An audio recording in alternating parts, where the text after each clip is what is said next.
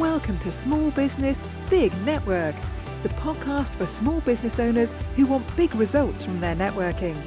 I'm Liz Drury, a freelance voiceover artist who knows that if you're not working, then networking could help.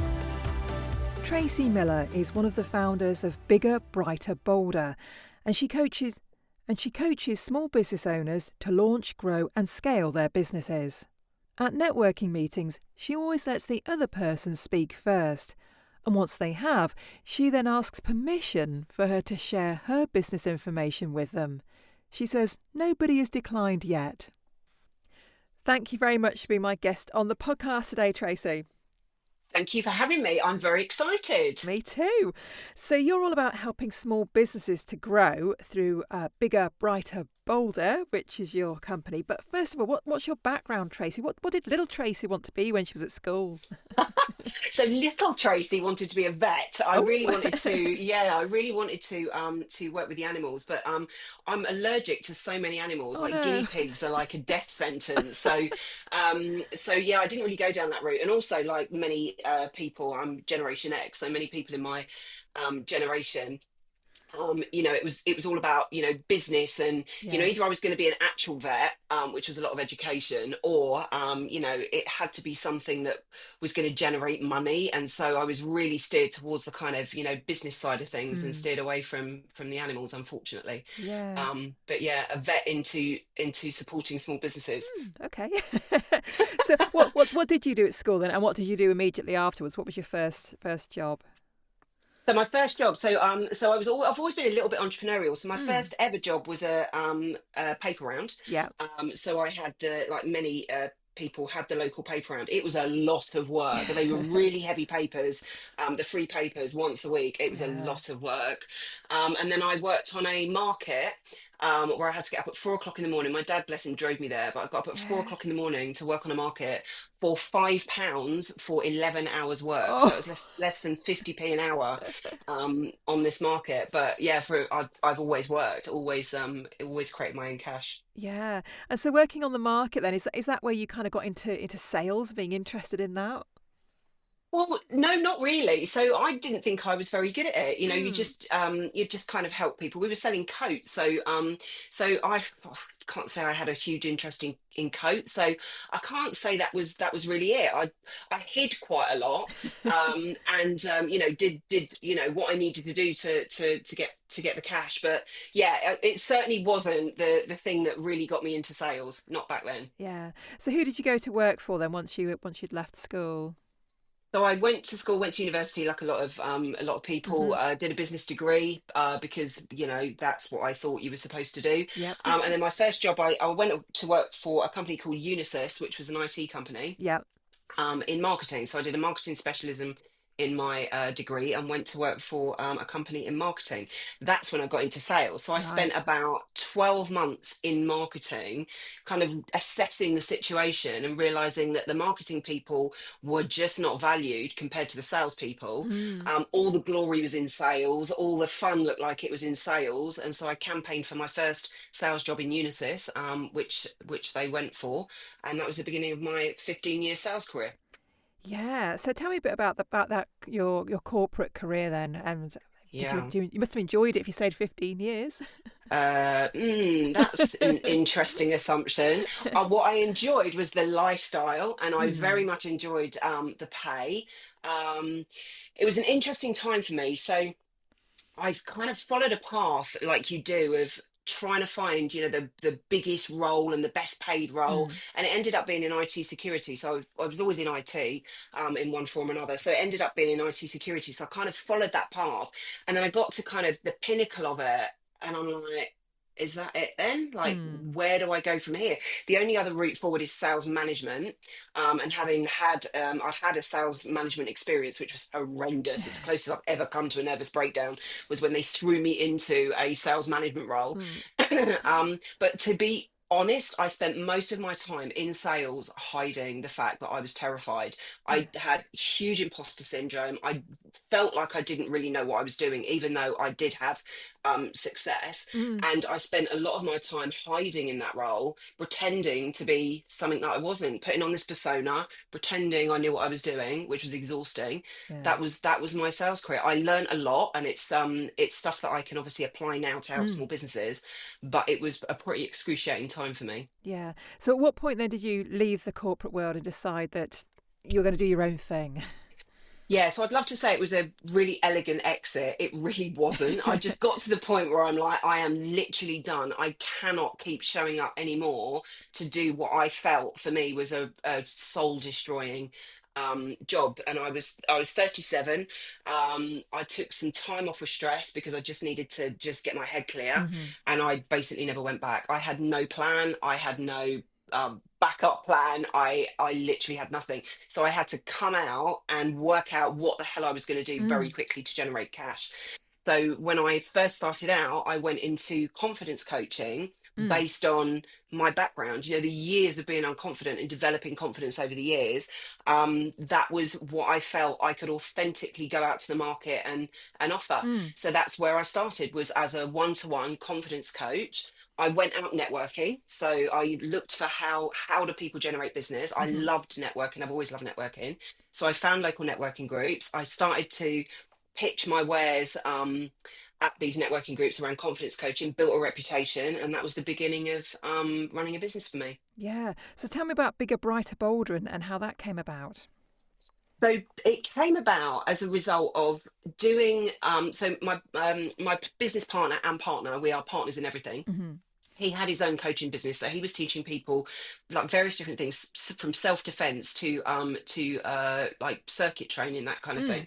Mm. And it really came about when people would come to me with confidence issues as business owners. We would solve the confidence issue, and then they'd go. So they were literally just getting out of pain.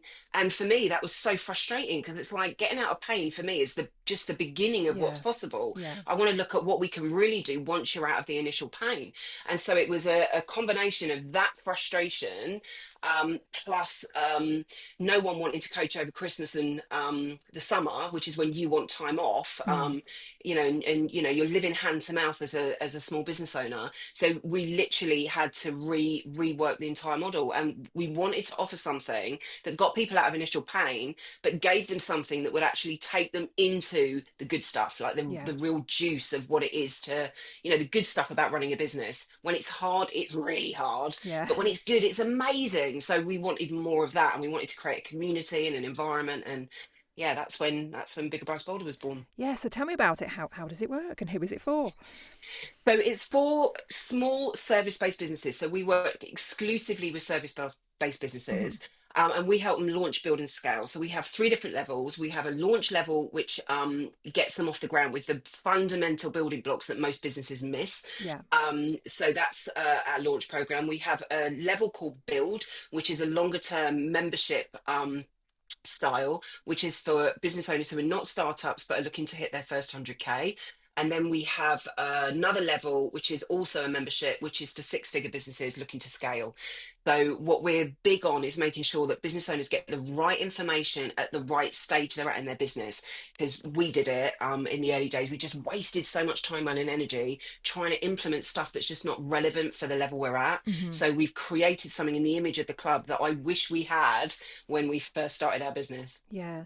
Now you mentioned that you're for service based businesses. Are they? Is it any particular sector?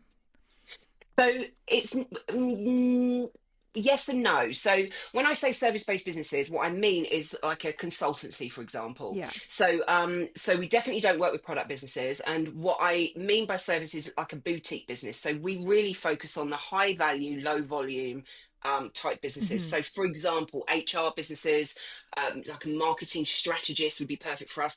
Coaches, consultants, anyone in that Yeah. arena. Yeah. And how do you help them? What do you do for them? So it depends on what level they're at. Yeah. So at the early stage level, it really is the building blocks. So we're looking at how to get the kind of click that happens when you get your target customer right, your productization of your service and your pricing strategy, and then you look at positioning and messaging.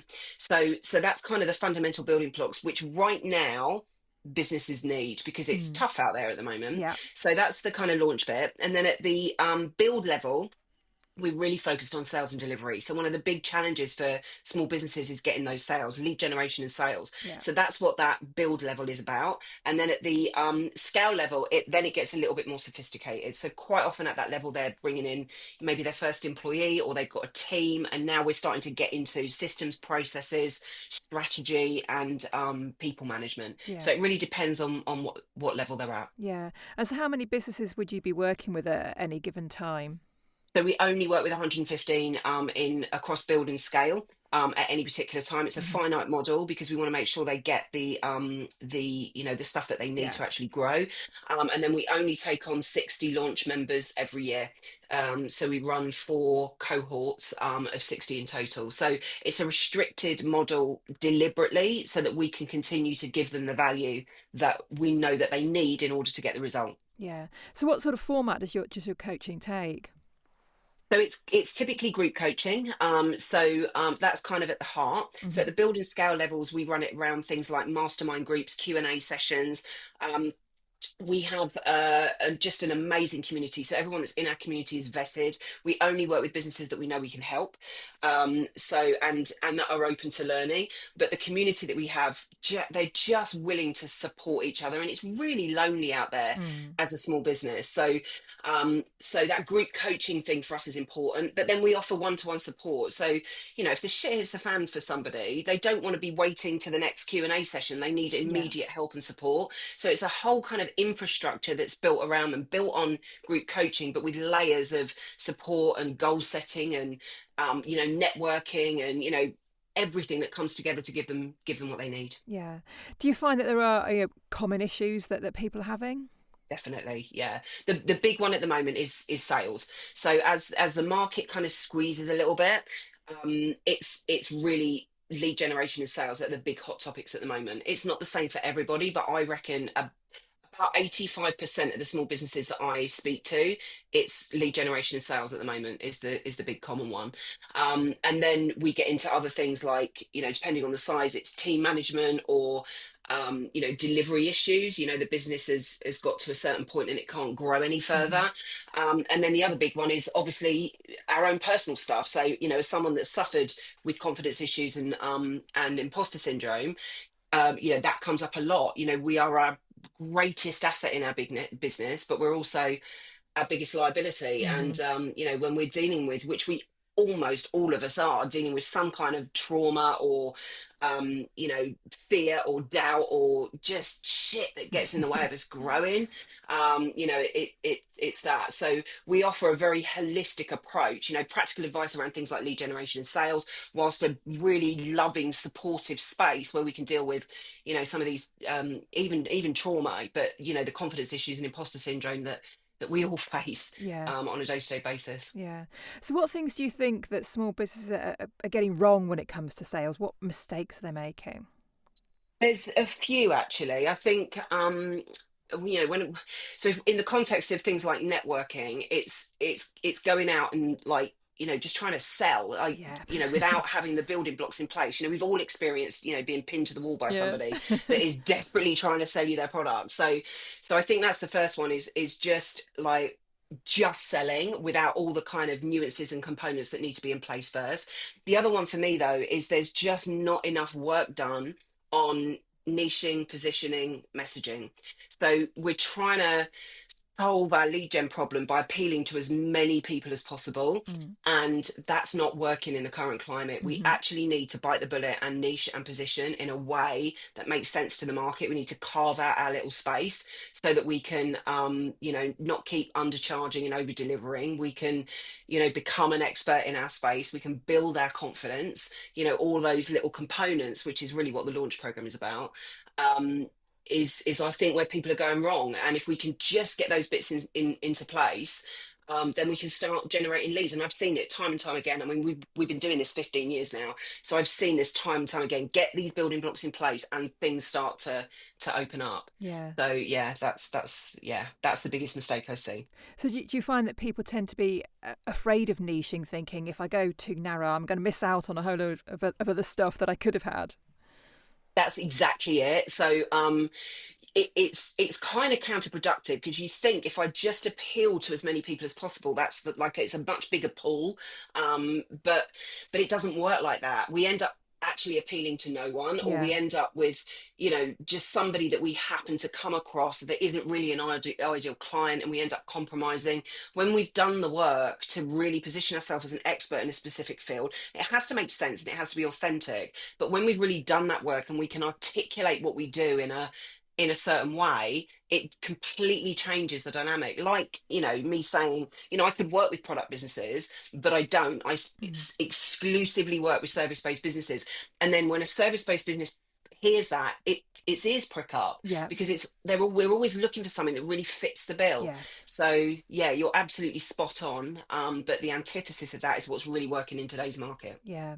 So what kind of results are your clients getting having worked with you? So it all depends on the individual. So everybody's journey is completely different, but 92% of the people that work with us get proven, measurable return on their investment. We're really proud of that number, particularly in the coaching arena where, Mm. those numbers are tricky.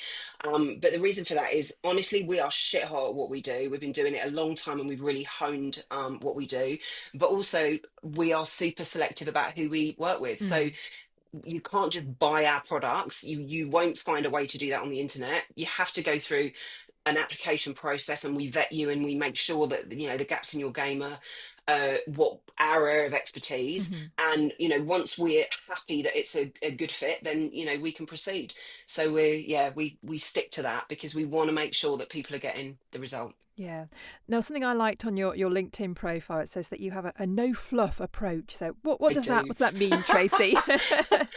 So anyone that knows me knows that I cut to the chase. So I don't think it's brutal, but I think it can be sometimes. What I mean by no fluff is, I'm not gonna blow smoke up your ass if that's not what's required to Mm. move things forward. When people come and work with us, it's about getting from A to B as quickly and swiftly as possible.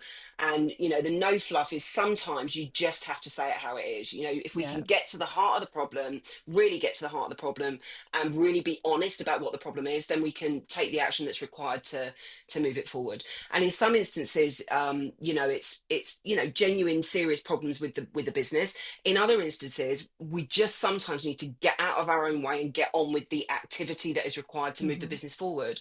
So yeah, that's what I mean by no fluff. I am nice with it, but I don't take any prisoners, because I honestly, I want people to get the result. Yeah. So let's chat more about networking now. Then, Yeah. how important is networking to you? So networking, certainly in the early days, was how I built my business. Hmm. So there's no way in hell I would have a business right now if it wasn't for networking. So probably, I mean, I've been going 15 years now. So probably the first 8 to 9, it was pivotal. We built our first 150K on networking alone. I ran local networking groups. I don't know if you remember. There was a group called Business Biscotti, which I Oh yes. loved. Yeah. I don't think it's around anymore, but I ran a local one of those, and I also ran. There was a magazine that also isn't around anymore, called Buzz Connect in Newbury. So I ran Hmm. that with the lady who owns that. And then I was at BNI. So Mm. networking for me, honestly, if I wasn't coaching, I was networking. So it was super important to me.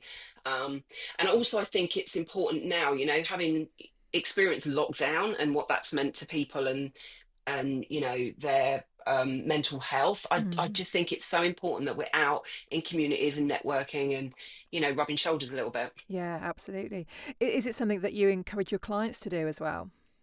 It depends entirely on the client, and it depends entirely on their target market. So I don't advocate networking for everybody, but once we've gone through the process of really understanding who your client is, then we really recommend 3 routes to market. Because most of our clients are B2B, LinkedIn is an Yeah. obvious route. And then the other two for me are referral and networking, which for me go hand in hand. So, but it really depends on who you're targeting, what your client base is, as to, where and when you should be networking. Yeah. Now, you mentioned it earlier on about mistakes people make when they're networking, Yeah. and one of them is to try and sell to people in the room. Yeah. What should they be doing? What's the best way to approach it? Okay, I mean, this is something I'm really passionate about because I think if people spend quite a lot of time, money, and energy in networking, Mm. and you've got a finite amount of time to make impact and get a result. So I'm really passionate about making sure that people are going to networking with the right attitude and doing the things that they need to do in order to get the result that they want. And I know everybody wants sales, that's why we're Hmm. all going, but there's a way to go around it. So for me, first of all, I think we need to have a plan or an agenda. So we need to be clear on what our agenda is. Now, Yeah. for some people, that is literally just to have a cup of tea and make friends, and that's all good. But if you want to grow your business, it has to be something around sales without being direct going in to sell. Yeah. So for me, my agenda when I go for networking is I want to find as many people as I can that I can authentically help. Yeah. Now, whether that is with what I do or without what I do, I'm okay either way. Obviously, I prefer with what I do, but I'm okay at either way. But that's what I'm going out to do, is to find people that I can authentically help. And then what I'm doing is I've got a series of questions, two particularly, that really opens up the conversation to allow me to ascertain whether this is someone I can help with my business or somebody that I can help with something else. Mm. So there's a couple of questions I ask. We only work with ambitious service-based businesses. So the first thing I want to ask someone is, tell me about your vision for the business. Hmm. And it's a really nice open question. And what it does is allow people just to talk, and they'll tell you so much information when you ask them questions about subjects that they're interested in. And one of those subjects, because they're at networking, is probably going to be their business. Yeah. So that's really my first question. We want to get them talking first. So don't talk all over them, get them talking first. And we want to really listen. People will tell you so much in between the words. So really listening rather than thinking about what you're going to say next. Yeah. So that's the first thing. My second question, once I've got all that information out, and I will dig, so they'll say something and I'll dig deeper and want more information and ask and be really interested, genuinely interested in what they're doing. And then my second question is, what's the biggest challenge you're facing right now? So my agenda at this point is really to get to the truth of, is this person ambitious and do they have a vision? And what is the biggest challenge they're facing? And can I either help them with my business or without my business? And then I'm really looking at a way to move that forward. If it's something that I think I can do from a business perspective, I want to get them really connected to the pain that they're in. So I'll ask about the impact that that's having and how it's affecting the business and all of that stuff. And then I'll ask permission, which is really important, to share a little bit about what I do in relation to that. Mm. If it's not in relation to the business, then I want to find out a little bit more, because almost certainly I know somebody that I can refer. Yeah. And so that's key for me, is making sure that it's not just about your business, it's how you can help someone. Yeah. Now, that's really interesting that you ask permission to to tell them I about do. you. I Yeah. do. I think it's important because it's the antithesis of that, someone pinning you into a Mm. corner and selling you. You've asked if it's okay for you to share. And I've never actually had anyone say no. Yeah. So, but once you have that permission, it changes the dynamic of the Yes. relationship. So for me, I think it's important. Yeah. No, I think that's a top tip. Any more top tips regarding networking that you'd like to share? Yeah, so we talked about niching, so I'm a Mm. big fan of niching. So when you're asking, the networking events where you kind of stand up and do your 1 minute and you're asking Yeah. for referrals, being really specific is key. So Yes. when you are niching, and you can be really specific because you've authentically got a niche, it pricks people's ears up in Yeah. terms of, what they're thinking of. So if you want to be introduced to accountants, for example, it immediately makes people think, oh, I know an accountant, I can make that introduction, as opposed to I want to be introduced to anyone. So a little bit of niching, I think goes a long way. My other big tip is, for God's sake, follow up. Yeah. So I can't tell you the amount of times I've been to networking events looking for I don't know, a conservatory, and there's someone there that sells conservatories, and I tell them that I'm interested in conservatories and they don't follow up. It Yeah. blows my mind. So the other thing is, when you've said you're going to do something, make a note and bloody well do it, Yeah. like it, because you're trying to make an overall impression here, and you don't want to be the person that doesn't follow through. So if you've said you're going to do something, take the action away and do it, and follow up. Just Yeah. follow up with what you said you were going to do. Definitely. So, my final question then, Tracy, if people are Hmm. interested in connecting with you or finding out more about Bigger, Brighter, Bolder, what's the best place for them to find you? So I've given you a link, I think, which I'm hoping is going to go out That will go in the show with this notes. Yeah. podcast. Yeah. Perfect. So that's the best way. But if you go to biggerbrighterbolder.co.uk, you'll see there's tons of free stuff on there. So there's things that people can download just to get to know us a little bit better. There's loads of value, but the thing that you're going to share is a 5-part email course specifically talking about sales. So just how to just nudge what you're doing into a better space to help you with sales. Completely free, no obligation. Yeah, that. Wonderful. Great resource. Thank you very much for sharing it with us. It's been just an absolute pleasure, Liz. I've really enjoyed it. Thanks for listening to Small Business Big Network. If you found this podcast useful, please do rate, review and subscribe. And don't forget to share it with the rest of your network too.